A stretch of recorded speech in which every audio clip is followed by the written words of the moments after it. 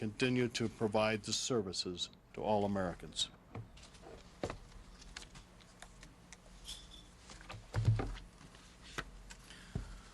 One of the most cherished freedoms is the freedom of movement, the ability to move freely and safely. But today that freedom was attacked. But we will restore that freedom throughout the national transportation system as soon as possible, and we will restore the highest possible degree of service. These terrorist acts are designed to steal the confidence of Americans. We will restore that confidence. We have already taken some first steps as a precaution. I have ordered the FAA to ground all commercial air traffic until at least tomorrow afternoon. After the attack, some of our aircraft were diverted to Canada. And so we owe our Canadian neighbors a debt of gratitude for helping us as we redirected over 120 flights and their passengers to airports in Canada. As of 6 p.m., Amtrak resumed its passenger rail service. Major railroads have taken steps to protect their assets as well. The United States Coast Guard is taking all necessary actions to control the movements of all vessels in navigable waters of the United States. Coast Guard helicopters have been assisting with medical and national security tasks. We are currently looking at a wide variety of additional security measures to increase traveler security. Travelers will indeed see increased security measures at our airports, train stations, and other key sites. There will be higher levels of surveillance, more stringent searches. Airport curbside luggage check-in will no longer be allowed.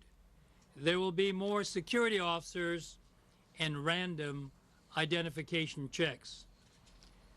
Travelers may experience some inconveniences, but we ask for your patience.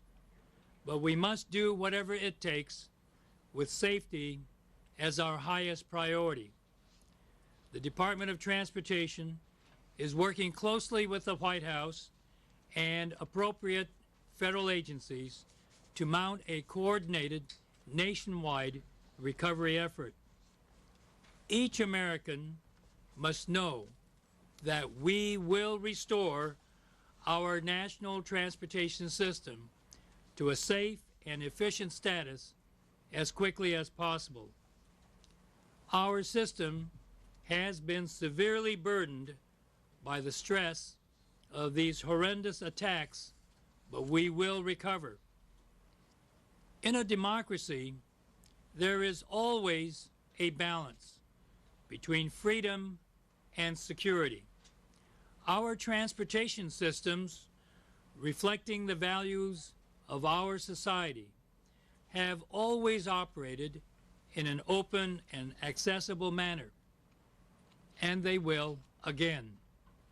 Please be assured that we are activating all of our resources on an emergency basis, and services will be restored as soon as possible. Good evening. I activated this afternoon 8 urban search and rescue task forces from all over the United States and an incident support team to arrive in New York. They are on their way as we speak.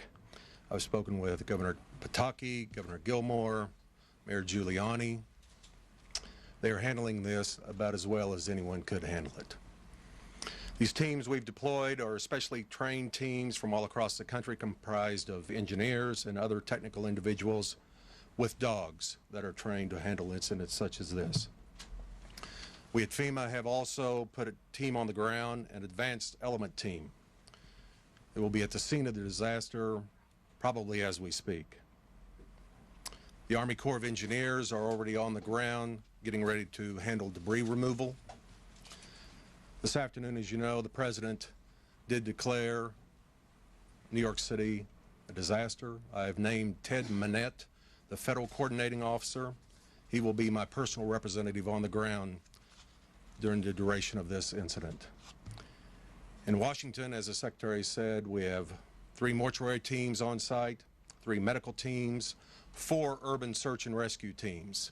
I believe this afternoon we shared with members of the media the names of those specific teams. We'll be deploying individuals as needed. I'll be in constant contact with those governors. Additional search and rescue if needed. We're identifying additional needs that state and local governments are requiring. As a result of the President's disaster declaration, tomorrow morning at 8 o'clock, individuals who have been harmed may call our helpline. Let me give you that number, 1-800-462-9029. 1-800-462-9029. We at FEMA will do all that we possibly can. After all, that is our job. Our hearts are hurting this evening. Those individuals who have lost loved ones or do not know where their loved ones are in our prayers and are in our thoughts. Thank you all very much.